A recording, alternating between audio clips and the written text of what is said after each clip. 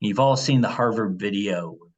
The Harvard students at graduation day don't know how the seasons work, and shame on them is the theme of the video. But I kind of think of it the other way around. Maybe they don't know why the seasons work the way they do or the phases work the way they do, because they really don't need to be successful. I mean, these Harvard graduates, they've, in graduates of all sorts of institutions and leading institutions, they go out and make the world that it is, and they can do just fine without knowing these things.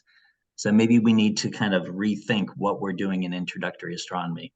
Maybe understanding seasons and phases aren't necessarily the key thing we should be shooting for. And instead, try doing stuff like we'll be talking about this semester to get them excited about doing science, to understand what doing science means, instead of just sitting in a lecture and learning the results of science, actually participating in it, doing it. Maybe they'll carry away more useful lessons. Anyway, that's going to be the theme of the upcoming meeting.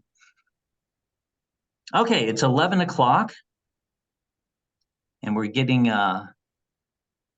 let's see, 13 people signed up for the training. And unfortunately, the schedules just didn't coincide well, and I was able to accommodate 9, 2, 3, 4, 5, 6, 7. I see 7 here. And so maybe a few more people will pop in. And we're, of course, recording these for those who can't attend live, and hopefully they can get something out of it after the fact. So just a little bit of background. I was watching the video I did last year, and we just talked, and I blathered, and this week is just orientation, but we ate up all the time having so much fun that I had to race through all the content that I wanted to cover today in the final 10 minutes. I'm hoping to avoid that. I'm hoping not to spend too much time blathering about things that are not relevant, as I've already started out to do with Anna and me talking about this meeting. But anyway, so these OPIS, I'll give you a history in a little bit, but I started developing it in 2008 and implemented it in 2009. And it ran at UNC Chapel Hill exclusively for a few years. Then other institutions started to get involved, in part because of NSF funding. And so we started doing these training meetings probably a decade ago. Sometimes it was every semester, though we've kind of settled into this pattern of doing it every fall. And if someone's onboarding in the spring, they're kind of on their own. They just have to watch the videos from before. And, this time it's us getting to know each other and kind of an overview of some of the components. It probably all won't make sense until you actually go through the curriculum. And then each week, what we'll do is go through one lab at a time in detail. I'll present it to you somewhat as you might present it to your students, and we'll walk through some of the steps as much as we can do in an hour and summarize the rest. And I'll always send around summary emails after the fact with links and things that will be helpful, and particularly for those of you just getting started. Let me just ask you, we're going to do a round of introductions in a second, but how many of you, I can see, except for Denise down there, you're all first timers. How many of you are actually offering it this semester, the same semester you're learning it? 2, and I got 3, and I got 4 people with no video on. There's a thumb. There's a video. Hey, it's always nice to see faces, but I leave that totally up to you, of course. My worst nightmare is these Zoom meetings, and everyone is a black box and a name. I don't even know if they're there. I'm just talking to the void. So I appreciate when you can show yourself. Anyway, so we've been doing these for about a decade, and this is our 4th year doing it funded. Most of you are instructors. There may be a few TAs in there. I'm not sure yet. TAs, I apologize, you're not funded, but hopefully you get something out of the process, something positive. But instructors, there's a moderate amount of funding, and we can go through the details of that later if you're interested. We're actually funded by two programs at the moment, National Science Foundation and Department of Defense, DoD Education, which is kind of interesting. Why would the Department of Defense be interested in introductory astronomy? But DoD has more money than God, and they realize that it's important to have a STEM educated workforce. And we were able to convince them that astronomy is a great pipeline for that. One in 10 students take introductory astronomy. For many, it's the last class they ever take, but others, if done well, can be convinced to go on. And so they're funding a follow-up curriculum to OPIS, and there's funding for instructors there, better funding. DoD pays better than NSF. And the idea is once you've taught OPIS once, you're welcome to join our DoD group of educators. We have, other than those of you in the room, we probably have 30 or so educators that have been trained up on OPIS. And we meet like 3 times a week. It's crazy.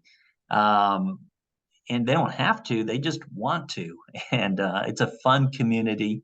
They're doing a wide variety of things. And I'll tease some of the MWU stuff today before we get too far into OPIS. Anyway, I'll stop blathering for a moment. And maybe we do a round of introductions so everyone can know who all's here. And it helps me get to know your particular situation a little bit better. If you're a TA, don't feel too proud. I think we may all be instructors. I'm not sure here.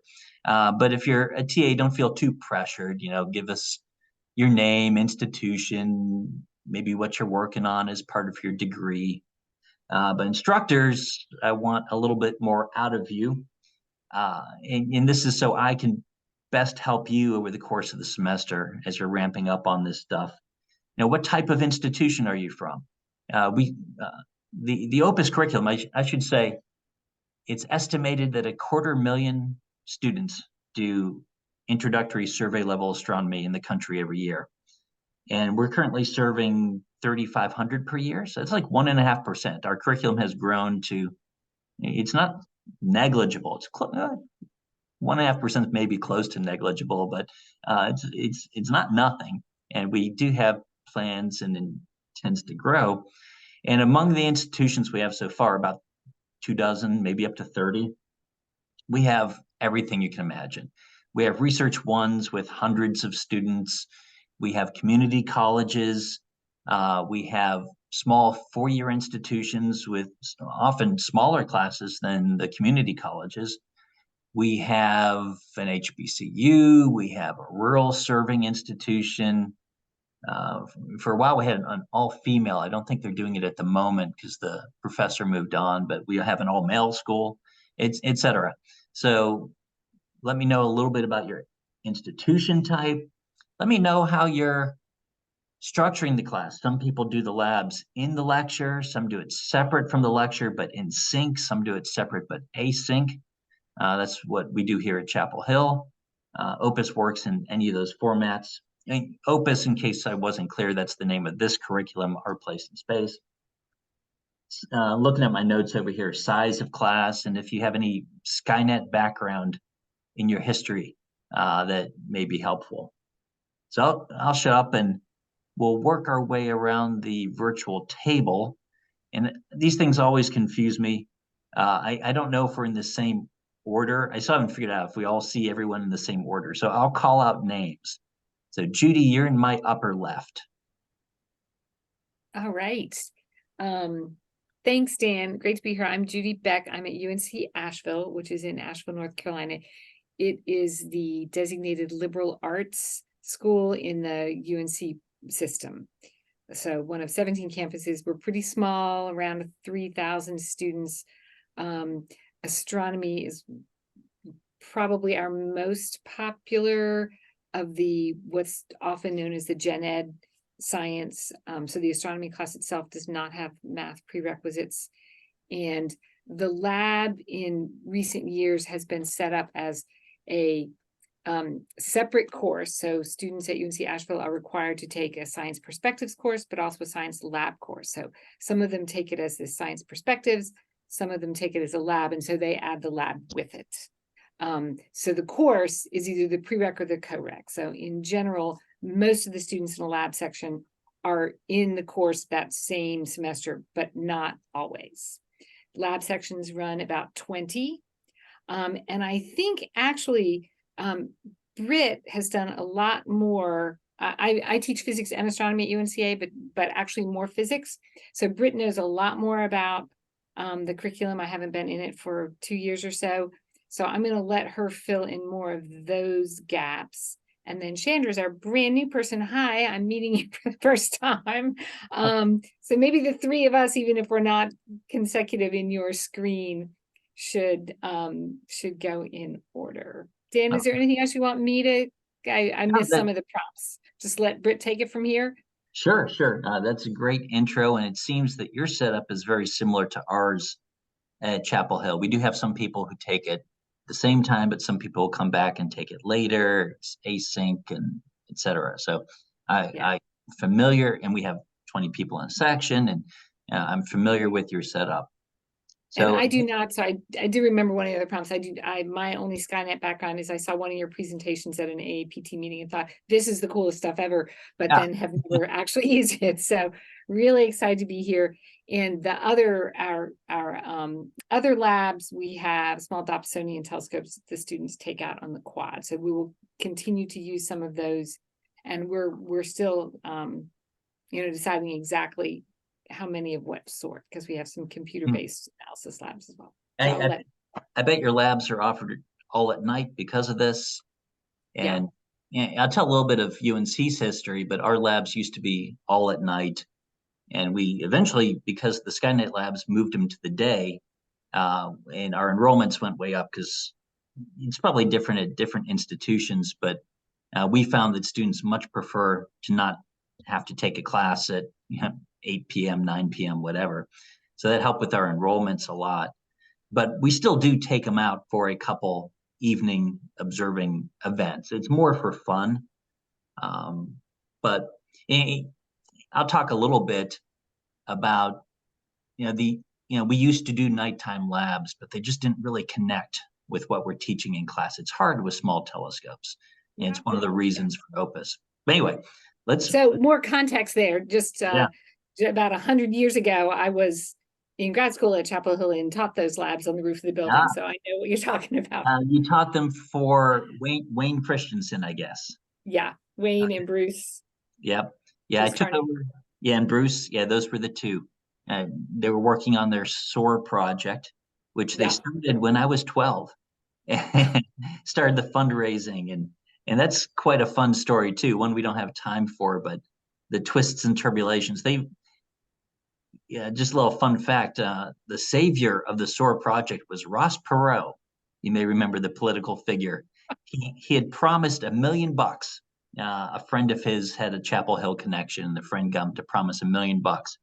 And he never paid up, but the promise was enough to keep the project alive to the next stage. But anyway, as I said, I tend to ramble and blather, and then we have no time to go over what we need to. So we'll skip Ian on my screen, and we'll hit the UNCA people. So Britt. Hi, yeah, so I can go pretty quickly because Judy covered most of it. I'm faculty, I'm an astronomer by specialty here at UNC Asheville. And just a quick shout out, I owe most of my professional journey to participating as an undergrad in Dan's ERIRA program. So thank you, Dan, publicly. I'm really excited to be working with you again, like many decades later.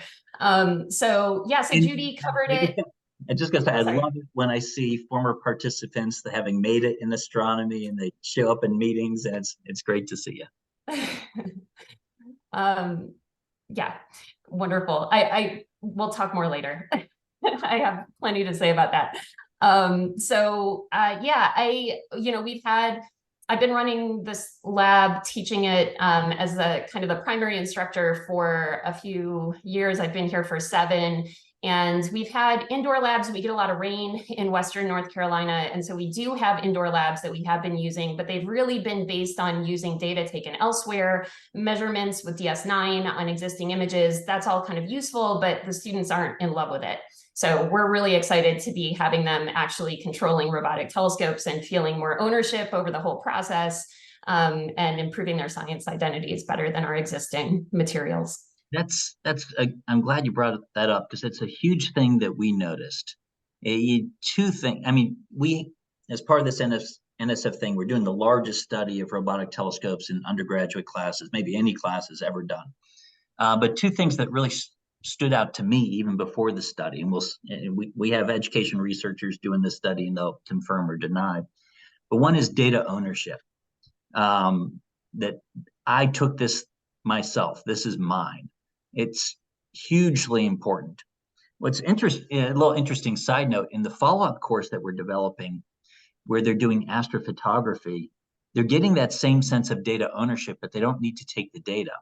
By the time they've actually processed and made their color, and we don't do color in OPIS. OPIS is, we'll talk about that, but in the follow-up course, there's more telescope time, they do color, they integrate archival, infrared, and they make their own thing, and they get the data ownership from that without taking the data. But in OPIS, it's very much taking the data. And the second aspect is the use of professional resources. They're using real telescopes used by real astronomers to collect, to do real science. They're using telescopes that are used to do real science. And that seems to be a huge motivator for them as well. So I think there's something to those things. Okay, Chandra. Welcome, and I guess first time some of your colleagues are meeting you in person. And you're first unmute. Yeah. Everyone can hear me? Okay. I'm Chandra Joshi. Actually, I came from Chapel Hill. Okay, so I lived in East Chapel Hill, and my son has done his summer volunteer there in the Moorhead Planetarium, and I am very new in the astronomy, so I will be teaching here with Judy and Brit labs, astronomy labs, and yeah, I'm excited about that, as well as I am very fortunate, I would say, to have this course, acquainted with this course. Now I will learn a lot. I have started reading a book by John Fix, Astronomy Journey to the Cosmic Frontier. It is a non-math astronomy book. And also I have night vision. So I will be trying to know how to use them. And yeah, I'm excited to work. We have a meeting just after this, at 12, we have a meeting about our course, and we do our lab from 7 in the evening to 9:30 in the evening. So we will do the lab in the evening. We do the lab in the evening. Bye. Excellent. And you're teaching two sections, right? I teach labs, as well as I will teach also the physics part here. Yeah. Astronomy lab part and the mechanics physics part. Cool. Physics to those who are non-physics majors, so who will be going to the medical field or veterinary, or so that kind of physics. Mm-hmm. But I will be doing the astronomy lab, so that's why I need to get acquainted with the with this platform will be very, very helpful for me. And for those of you who are implementing and learning at the same time, it can be a little challenging, and so I am here as a resource to help you get through. Particularly, I'm just sprinkling information as we go. A big concern right now, and I'll just let you all know, it affects everyone who's doing OPIS. Now we are a global network. We have 20 telescopes around the world, but most of them are at Cerro Tololo in Chile, which is a great site. It's our best site.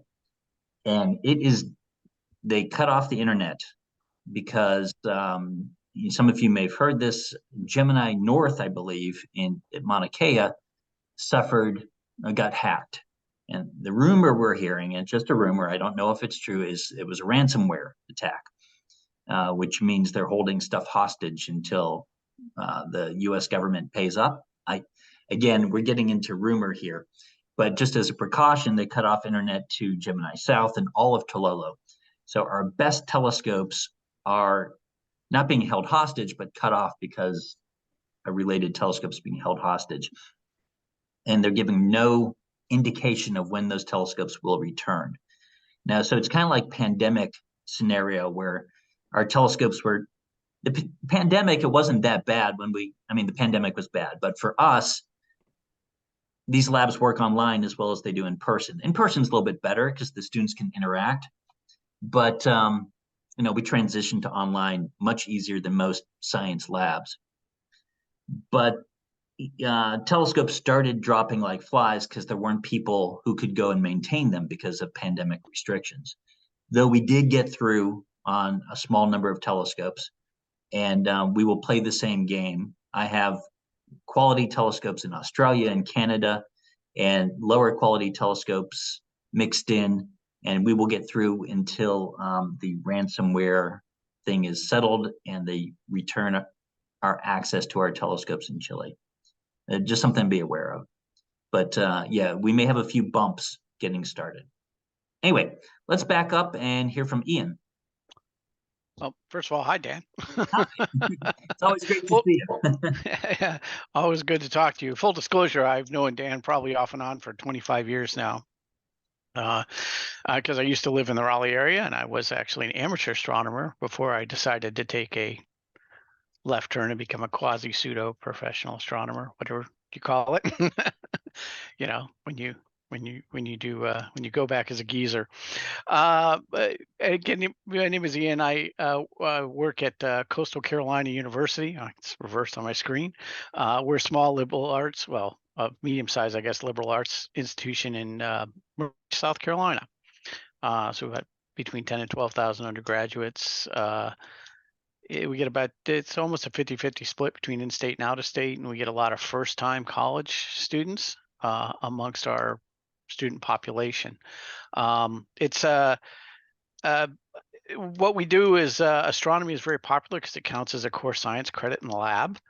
So it's been astronomy for non-majors.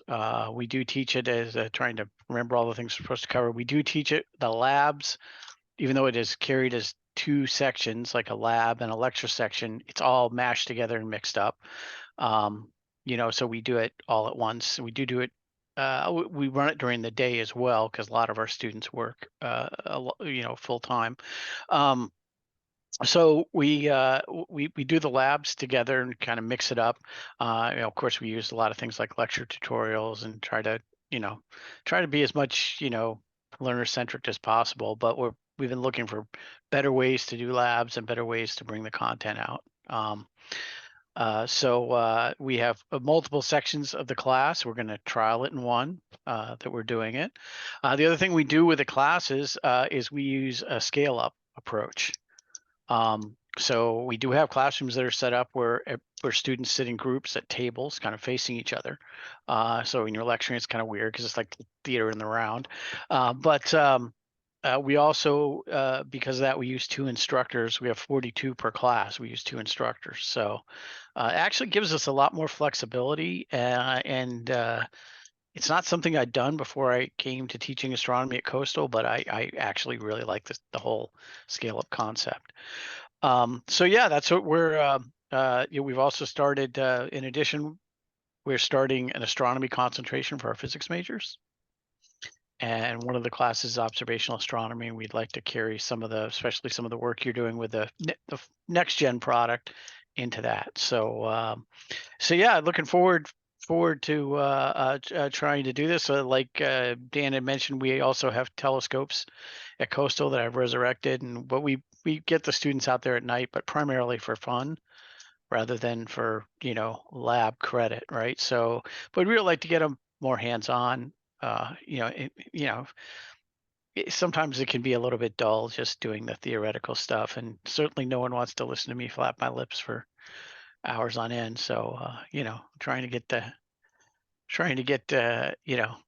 trying to raise the level of engagement and value in the class. So. Our interaction goes back to the Raleigh Astronomy Club, which I'd always referred to as the Gearhead Club. We have lots of astronomy clubs in the area, but this was the Gearhead Club, driven a lot by Ian. Let's see, a couple of things you said strike home, scale up. So not OPIS. OPIS is really built on individuals or small group work, but the follow-up curriculum, MWU, I'm not in a scale-up room. I'm in one of UNC's advanced tech rooms, and all the kids are on wheelie chairs. There are no desks, and there's no center to the classroom. There are screens on every side, and the kids can control the screens too. I have some that are for me, but they use them, and it really is theater in the round. It's a new way to learn how to teach, and some similarities with scale up there. And the other thing you mentioned is teaching exclusively to non-majors or non-scientists. There's a difference there. If you're teaching exclusively to non-scientists, we found in our education research, this can be the most challenging scenario, at least with the OPIS labs. The OPIS labs are technological labs.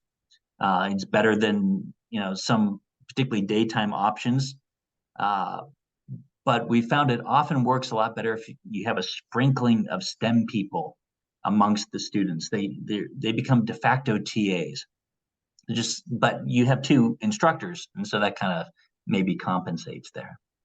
One thing for us too is, and it's kind of it creates an interesting dynamic, is on campus we have a Scholars Academy, which is like an honors high school.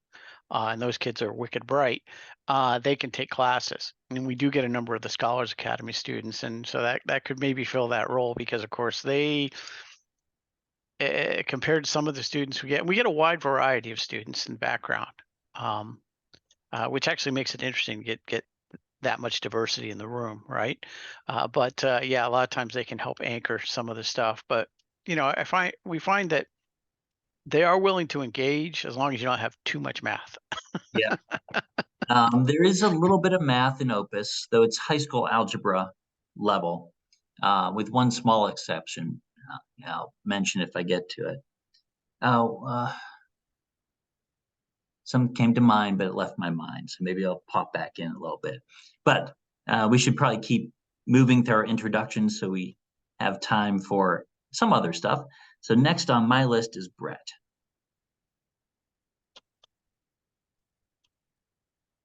Hello, everybody. I'm Brett Fadum. I've spent 1 year teaching the OPIS curriculum. I've taught it once so far last year. I'm very excited about it. I love it. I've been a physics teacher for about 20 years. I'm a professor of physics at Muhlenberg College, and my research specialty has been relativistic heavy ion physics at Brookhaven National Laboratory. But I've always loved astronomy, and when I first was at graduate school, I thought that I was going to become an astronomer. So I'm really happy to be teaching astronomy now. In the fall, I'm going to have a class of 25 students, and we'll be doing the OPIS curriculum again. And I'm hoping to incorporate maybe a couple of the new labs, the MWU labs, into the curriculum as well, although I'm not sure how I'm going to integrate the two together exactly. Neither I have no idea how it's going to work. We're going to find out. Okay. So we're also building a tiny little observatory. We have these lands that the biology department uses around the college, about 20-30 minutes away, and we're building a little tiny observatory. And I've toyed with the idea of maybe putting it on the network, but it's going to be a pretty small telescope, so I don't know if it would be useful or not. I don't know, did I catch all the kinds of things you wanted in an introduction? So. Yep, and you've already offered it once, and you're here saying good things, so thanks for the free advertisement. And Yeah, and if you do move forward with the telescope, let me put you in touch with Vladimir. If you're putting it together, he can maybe help you make some cost-effective decisions that will simplify integration with Skynet. But usually if you have a fully functioning telescope, like remotely controllable, with pretty much any combination of hardware and software, we can usually get it on Skynet within a few days. Yeah. Okay. Okay. Denise, we haven't seen each other for a while. Yes, yes. Actually, I have been out of the loop for a while. I do teach at Wake Tech Community College, a growing community college that I believe our fall enrollments have kind of exceeded the limits, I think, of what we've got so far. But anyway, yes, I think I have been with this OPIS program since you started it. And but then I taught it for several semesters in a row. And then I think the last time I had taught it was 2017, I'm guessing. So I've been out of the loop, and I thought I would join these little training sessions just to make sure that I'm not missing anything new, just to get my brain back in gear of how everything works. But we have been offering astronomy, we call it 151 at Wake Tech. And we do combine the class and lab. Students, once they enroll with one, they get the other one registered with it. But we offer or we require two different math prerequisites. That the course itself only has a math 003, we call it, which is a transition math, which is, I think, getting folks from what they call pre-curriculum into regular math courses. So that's the requirement for the course part of it. The lab portion, however, we require a more math. So the lab portion, we require either a quantitative literacy course, or if students are in a STEM track, they may have already taken pre-calc algebra. So those are the requirements for that. Like I said, we've been offering this multiple semesters. I don't think we've ever had a semester where we've not offered it. But we have obviously transitioned to where, instead of seated courses only, we're pretty much primarily offering these courses now as either hybrid or completely online. And so this fall, our sections are completely online. Yeah. So, okay. I should note, for you, for Brett, and for Jim, who's popped in here, there are updated versions of Labs 1 and 2 that are rolling out this semester. We did just like this is a semester of training, every few years we do a semester of feedback.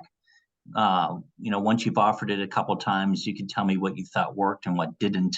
And I have 13 hours of video from the last time, and I've been slowly updating Labs. I got derailed by writing MWU Labs, but just now Labs 1 and 2 have been updated to include some of the feedback that I got. And I think in many ways are better. well, I'm working with Thushita Sivayogan, and obviously she's been involved with it more recently. And so she's keeping me up to speed with that. But now I just put in the chat, I wanted to just confirm that when the students are getting the WebAssign labs, the lab course, do I have the correct title here? Let's see, homework assignment. It's called Astronomy with Skynet, Our Place in Space. That's I was curious. I was concerned with that it said homework instant access, but that still is the lab course. I presume so. Okay, that's WebAssign might view this as a homework, or I'm not sure how they view it. But if anything seems amiss, let me know right away, and I'll work on it. Because we're trying to get Wake Tech has been very generous to offer what they're calling free book fall. Yeah, where they have made arrangements, and so we're trying to make sure that we can get students the link in our Blackboard course directly to the WebAssign, and it's coming. It's got a few hiccups, but we're still working on it.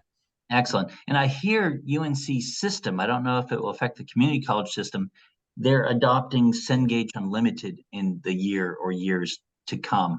And so this falls under that product, which should save money for students. Excellent. I can digress a little bit here. This is the era of trying to get free textbooks for our students.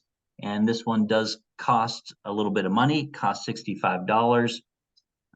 It's a textbook. It's like 100-some page textbook, online interactive. But WebAssign, it's interactive and partially auto-graded. So WebAssign charges a bit for that. And a little bit of the money does come back to Skynet. This is a, just so everyone knows, some people know this already. It's a sustainability model that we ran up the flagpole at NSF, and they were all in favor of it, because often they fund development of curricula and there's a lot of energy and enthusiasm and excitement, and it disappears as soon as the grant's done. And we've been around since 2008 because we found a way to pay for the telescope time. Skynet costs about, when we're not building global networks or radio telescopes like we are now because of the DoD grant, costs about $400,000 minimum per year to run. And so this is part of the sustainability. And, you know, we've shown that we can last year after year and decade after decade with this model. So I apologize that it costs a little bit of money for the students. Some mitigating factors, I'll just mention now, it's a little out of order, but as you all introduce yourself and mention things, it brings things to mind and saves me from them having a 40-minute monologue after introductions. Couple things on that front. Students can purchase it directly through WebAssign Cengage for $65. But I also encourage you to order the access cards. Your bookstore can order these access cards. Bookstores mark them up, so then it becomes like 80 something. I'm not a fan of that. I hate the third-party bookstore system, but we all have students on financial aid, and they can go and spend their financial aid dollars at the bookstore, and then your students who are spending their own money anyway, they can buy it through WebAssign and save a few bucks. The other thing that I do is I take my main textbook. I still use Astronomy Today, which if you buy the current edition is, I don't know, like 180 bucks or something. But I tell them they can go an edition or two back, or many of you use free, like OpenStax textbooks, and that saves them money there. And so the money can be invested in the this unique observing experience. Anyway, I saw an opportunity to get more information out of the way. And Astronomy Today, the textbook, they don't have an ebook with that, do they?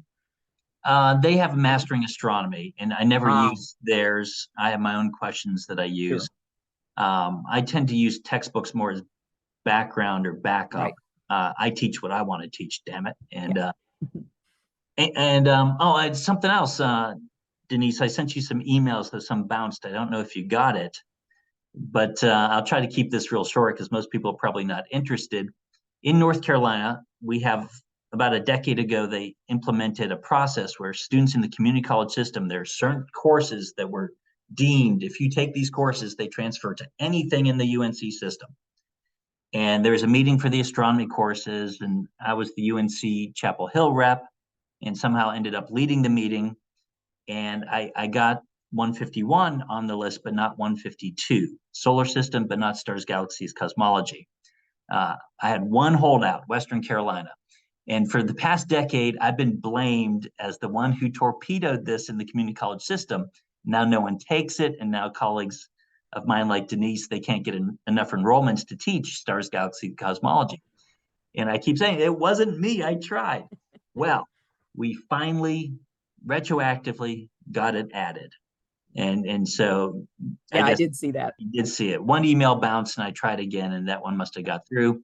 Yeah. So I don't know if it's this year or next year, but you'll be able to start teaching stars, galaxies, cosmology again. Awesome. And I don't receive a lot of credit. I help with the politics to fix this, but it's Tom English and Enrique out of Western Carolina. Thanks. Anyway, let's keep moving on. Quentin. Hi, I've never done a Zoom meeting, but I think I saw your smile get a little bit bigger, which means I'm guessing you can hear me. That's good. Yes. Hi, yeah. I'm Quentin Roper. I am an instructor at Haywood Community College, which is just west of Asheville, in a place called Clyde. This is the first semester. Oh, I guess I should talk about myself, right? I was an adjunct researcher at Western Sydney University a few years back, and this last year, we came back to the States, and my spouse got a position at UNCA. And so I started full-time teaching here. What time is it? I guess 2 or a week and a half ago. So far as I know, this is the first time, as far as online records that I have access to go back to, that we've ever taught astronomy. So we have no equipment, no curriculum developed. So I'm kind of starting everything, building the tracks as I go. I am teaching a class of 15 early college students and community college students that are going to transition primarily to Western Carolina University in, I think, non-STEM fields, but we'll see. So I guess I had a choice, which was, hey, oh, also a fun fact, our instructional operating budget for this semester has not been approved by our foundation yet. So even if I wanted to get more goodies, I can't.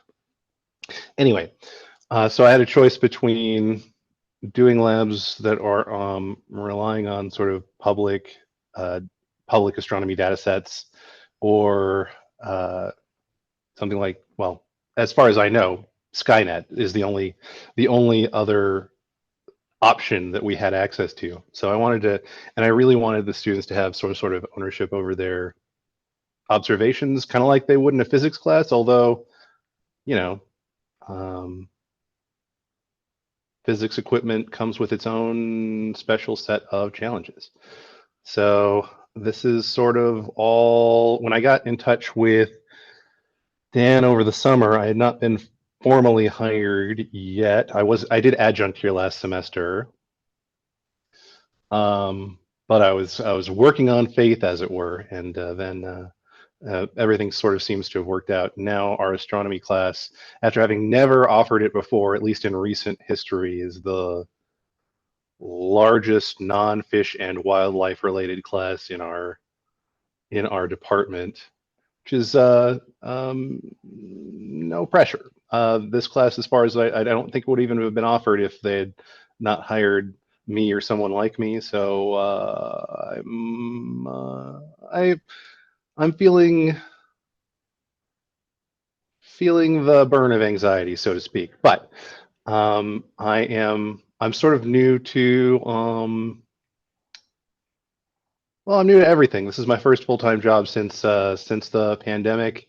So I've never been responsible for building an astronomy curriculum before, but I am looking forward to it and terrified.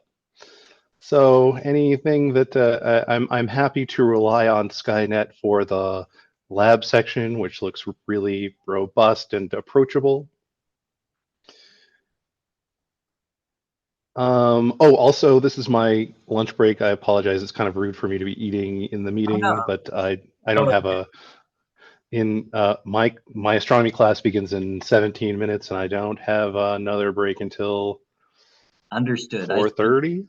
I spend half of my life, I'm amazed that you've never been on Zoom before, but I spend about half of my life on Zoom, and half the time I'm just stuffing my face. So Right. Okay. I'm glad. I turned off the camera for a little bit because I was like, no one's going to want to see me eat this spinach curry. But you mentioned, with physics classes, the equipment has challenges with it. And that's often the case with in-person astronomy labs where you go out and use telescopes. Mhm. My experience, a lot of it is learning how to fight with telescopes. Right. One of Skynet philosophies, and we'll never get through all the stuff I had planned today. So this is just good. We're all going to get to know each other, and we'll just keep going until we get through everything. But one of my philosophies with Skynet and with OPIS in particular is let's remove the fighting with telescopes aspect. Astronomy majors need to learn how to fight with telescopes. But if this is a survey level course where 80–90% of them might never take a science course again, let's skip over that and get straight to the science that we're teaching in the lecture. And it's a lot of astronomy labs, the ones that we used to teach at Chapel Hill, just did not connect to what was being taught in lecture. And so that's kind of the philosophy, and hopefully it's what we've been able to largely achieve. Of course, there are always going to be technological problems and ransomware attacks on neighboring telescopes and things they can't predict.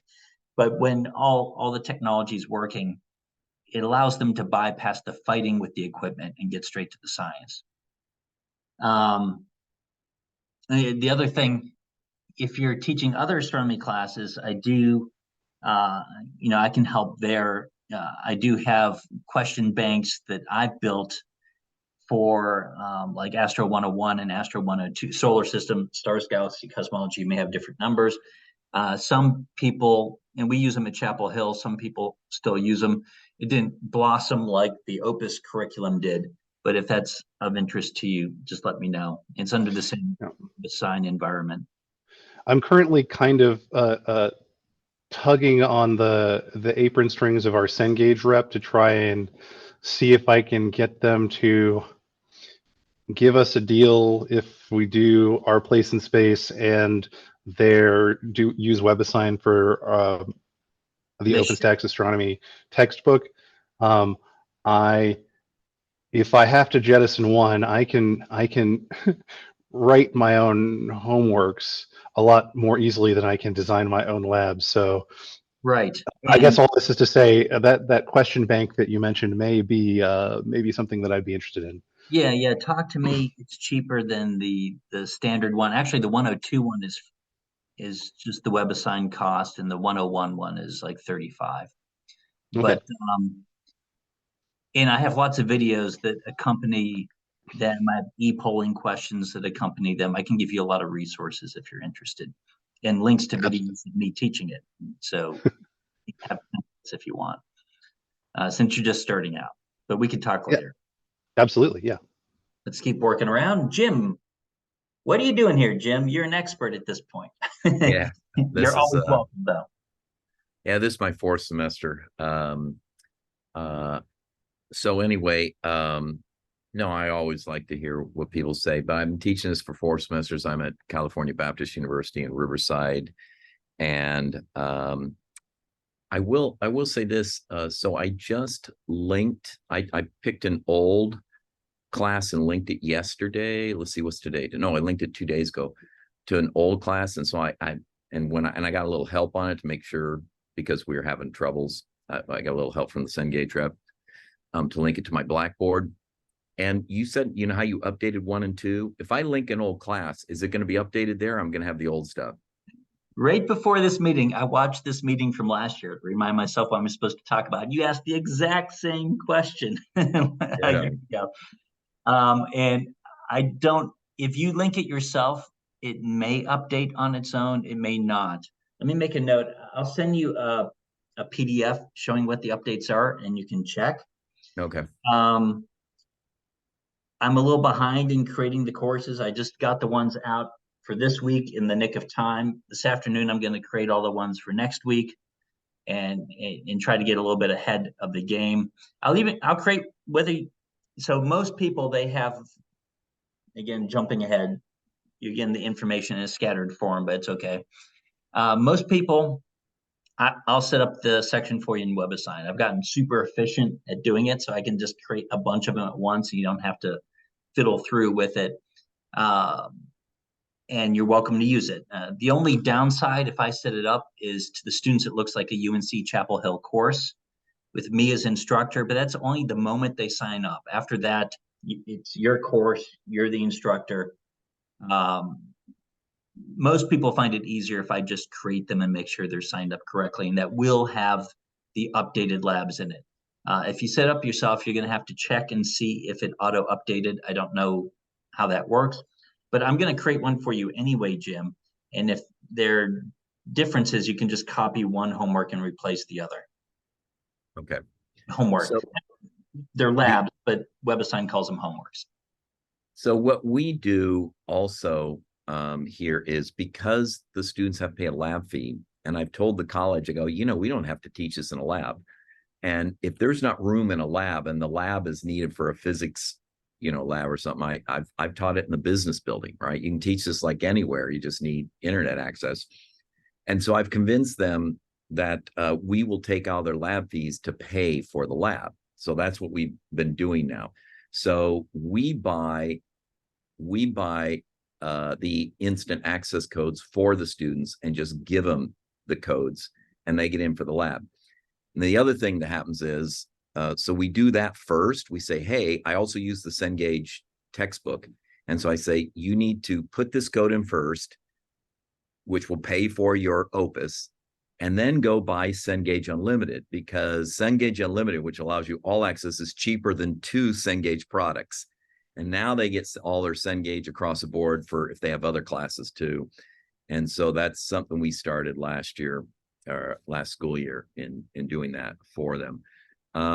Which then brings up the issue I was having that Bridget fixed for us. I will say, I hope no one else runs into this, but it's got to be a Cengage issue. We tried to buy those codes earlier this month, and Cengage said they didn't exist. They said this product's no longer being offered. I get this a lot. Yeah. And so it's kind of like one of those things that are like off the menu at the restaurant. You got to tell them, no, it really does exist, and we had the right codes and everything. Bridget said, well, here's the codes. So Bridget had to talk to our rep to say, no, it is. But they did change the way bookstores or our department buy the codes from last semester. So she sent us, so Bridget, you may have to do this with other people, sent us a link to say you buy the codes via this link now. So that was something that they said did change. But it took a little convincing to tell our rep that no, this still exists. So I was going to say 2 comments, but I forgot one of them already. But one comment was for Quentin, that you may want to look into Cengage Unlimited. They shouldn't have to pay for course after course after course. If they're using Cengage Unlimited, it's a little bit more than 1 course, but then they get everything on the Cengage menu for free. Oh, and then the second thing I was thinking is, I have been in negotiations with Cengage for some time to try to make OPIS one of their sponsored products. And so their reps don't know that it exists. If you ever get that, just email me, and I have a contact at WebAssign, which is the company they purchased, and we'll square everything away. But I'm hoping in time, this becomes a Cengage sponsored product, in which case their textbook reps will be pushing it in all the different institutions. And that, probably more than anything, can help make this into a national curriculum, going from 1.5% of the available students out to, who knows, they're the 2nd largest textbook rep in the country right now. Okay, let's keep going around. We're probably gonna have time for intros today. Ganeshwar, did I pronounce it correctly, or did I butcher it? You were very close. Hello, everyone. I'm Ganeshwar Gautam. I can understand it is not easy pronunciation. And I'm bilingual, not teaching classes in the summer. Probably this is the first time I started whatever. Then there may be a little bit, it comes out, but it takes some time. I'm from Freeport, Illinois, which is about 1.5 hour drive west of Chicago. I'm certainly new in the astronomy field, and I'm also new in the college, not completely new. I joined the college last year, and primarily I'm the physics person. It would be perfectly fine for me teaching physics classes, but I'm teaching a few engineering classes as well. That is the need of the college. And also I'm going to start to teach the astronomy class from this semester. I'm completely new. As a physics person, I do know a few things, but for the astronomy part, it is kind of new area for me. I cannot say completely new since I'm a physics person. Then we don't have large classes I heard like sometimes there can be more than 20 students in the class, but very few, like below 10 this semester. I don't know exact number where it's gonna end up, somewhere around 5 to 10. And we broke into two classes. One class is no lab, just the theoretical part, and one class has lab. And I heard about this from previous instructor, then contacted to, I like to call him Dr. Richard, whatever.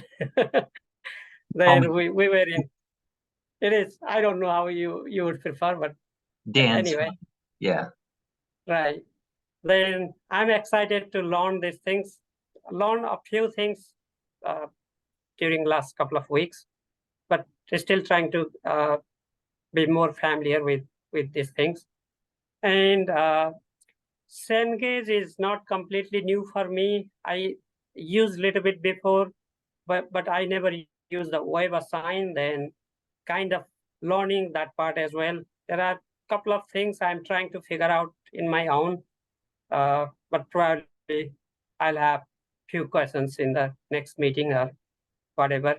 It seems like we are already towards the end of the time. Then I think this is what I wanted to share at this point. One thing I can say is,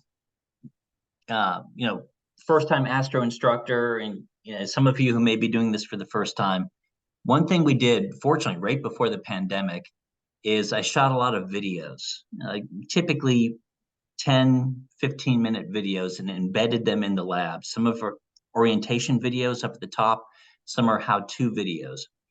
And this will help you tremendously. You can watch these videos to figure out what to teach and how to teach this new material, and or your students also have access to them. During the pandemic, the pandemic hit, and then we had this repository of videos, which was great. In some sections, the instructors turned it over completely to the videos and just made themselves available to answer questions, field questions. And so these videos should help a lot with that transition as you're learning the curriculum, and it gives your students that little bit extra in case you haven't quite figured out this one thing. The videos always become outdated, and so I try to keep them current, but they get like 30 to 40 hours per day viewing on YouTube. So a virtual version of me is teaching constantly around the clock all semester, which is kind of a cool concept. But we've learned that students don't like to read anymore. You probably all noticed this, but they do watch videos. Yeah, I agree. And yeah, I was watching a few of them, and it gives us pretty much idea. I mean, there are a lot. That's what I found, right? That is very helpful. Yeah, the challenging thing is sometimes the technology changes, and I haven't updated the video yet, but it's usually you can figure it out. Anyway, we have 2 minutes left and 2 people. I don't want to shortchange them. So let's go to Anna next. Hello, good afternoon. My name is Anna. I am here at Rowan College, which is a community college in New Jersey. I am about 30 minutes east of Philadelphia. It's a little towards the south of New Jersey. I've never taken astronomy course in my undergrad. I've been teaching physics for 5 years, but with this new position at Rowan College, I got the opportunity to teach astronomy courses, and I loved it. This was my first time learning about astronomy and teaching it at the same time, and I want to improve my courses.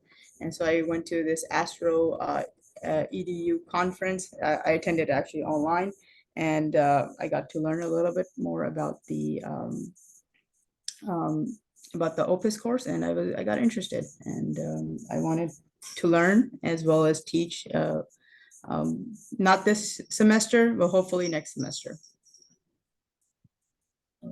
That's the safest way to learn it a semester in advance. We got some bold people here who are just diving in. Yeah. Okay, and let's hear from Michael, and then I'll just take an extra minute to tell you what's coming up next. Hi, my name is Michael Norman. I'm a TA at NC State. My research is biophysics, but I have a general interest in physics education. So I'm excited to do something new. Not sure how much to add beyond that.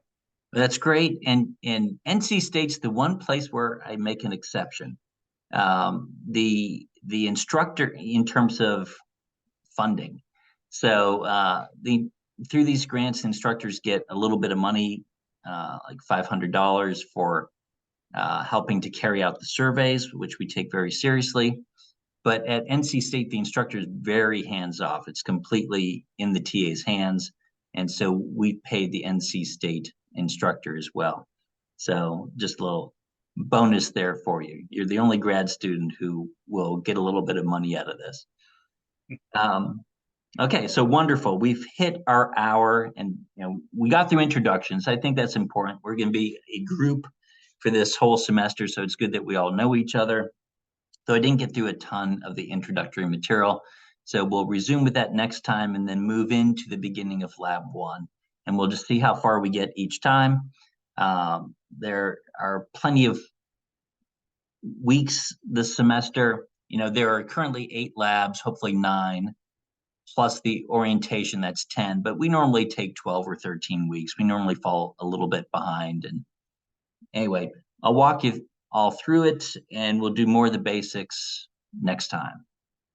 If there's anything you need immediately, because these are falling a little behind where you happen to be, just email me and we can set up other meetings and I'll walk you through. Yeah, Dan, could you immediately drop a link to, like, those of us who haven't logged into the system ever before? Is there a starting point? Yeah, so I'll be setting up more WebAssign sections this afternoon. I can't remember if I set yours up. I don't think I've set yours up yet.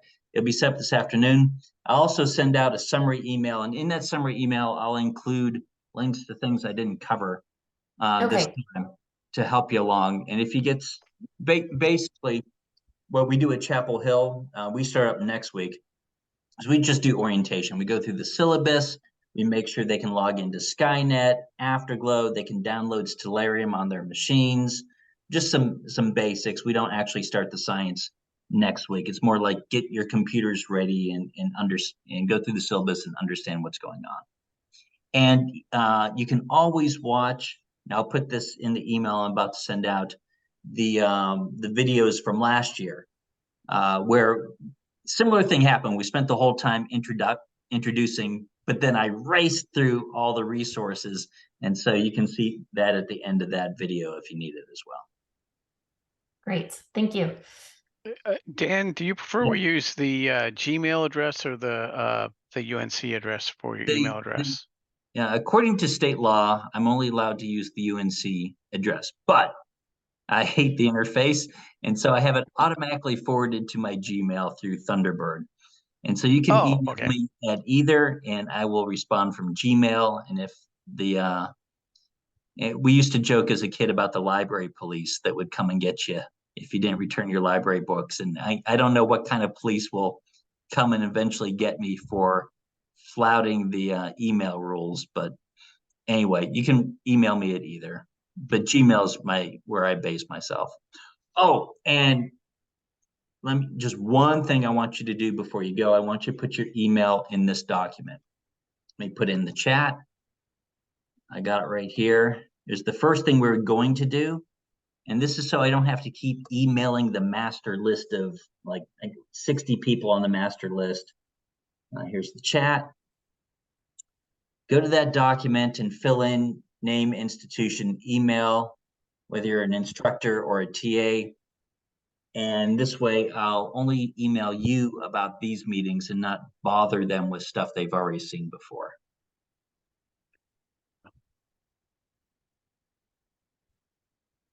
And I'll let you go, though. I'll be sticking around for the next 15 minutes. My UNC TAs will show up at 12:15. So if you have any questions for me, I'm here until 12:15.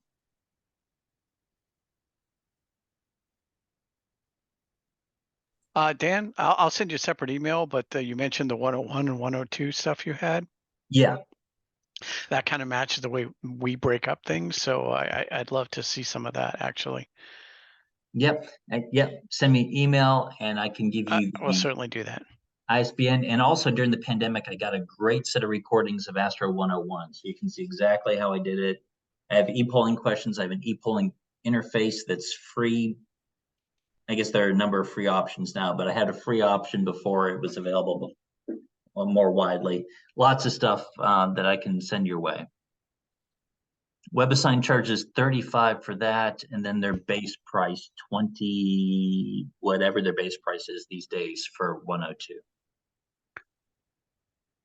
If you do it's unlimited, you can roll it all together. I'm fortunate because we got a Cengage rep locally, so. Okay. Again, they may not know about it, but if you get stuck, I'll send Bridget Hales to rush in and solve it for you. Actually, she was really good about that. So she seemed to, yeah, she seemed to do a good job. So. And given that I'm course coordinator for 15 other sections in another department there, they got really excited about, you know, like, they're like, oh yeah, we'll help you out. Yeah. Those questions are how I like to teach it.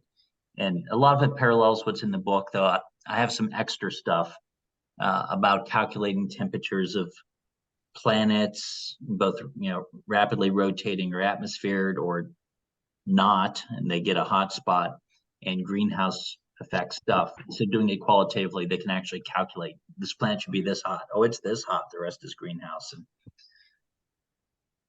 anyway, about a third of the questions in my question bank are calculation. I don't shy away from it. I found although many are scared, once they get through one or two and realize, yes, I learned this stuff in high school, it's like riding a bike. It's actually a big confidence boost for them. Yeah, so we've started to try to add some more of that math in as well, but just not make it ugly math, right? You know, like nothing too complex. So we're trying to experiment with some of that. I try to keep it in the homeworks. What I've done is I mix two things, like maybe they have to solve an equation and plug and chug, or plug and chug and do a unit conversion. But then come the exam, I only make them do one. Again, 1/3 of my exam questions are calculational, but I only do one. So they over prep for it. And I can also give exams that I've used in the past if you want them. All multiple choice.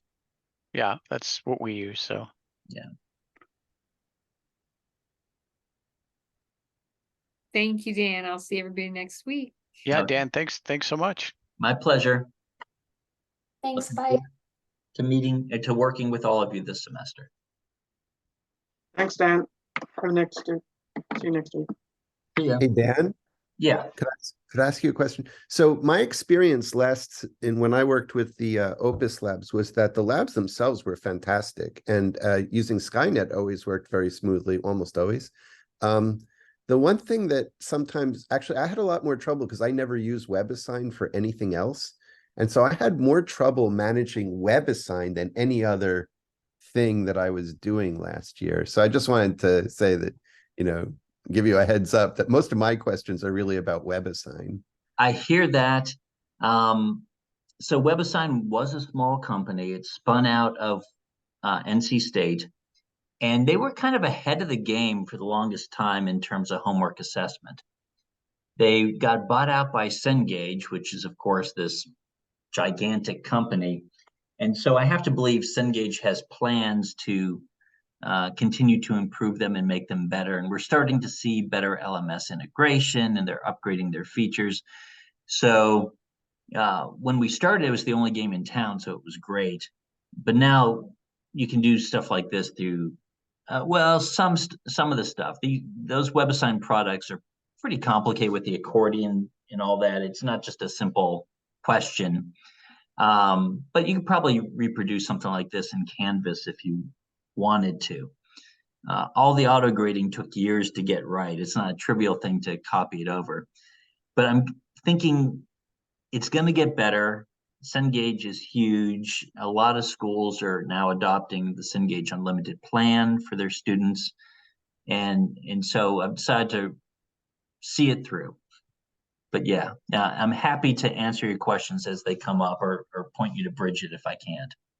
Okay, that sounds good. And then the other thing is, when I taught it before with the auto grading, I didn't know how much to trust the auto grading when I was, I was anxious about, well, okay, I see that there are points assigned here, but is there anything else I have to do to make sure that the grading is correct? So I spent a fair amount of time trying to figure out if the answers really, if I thought the answers were actually correct. Did you have access to the grading guide? Well, I do now. Okay. Okay. But I didn't. I think I maybe missed that. Okay. So that should help a lot, because the auto grading, some things like graphs, short answers, it just assigns full credit, and then it's up to the instructor to go through and remove points for mistakes.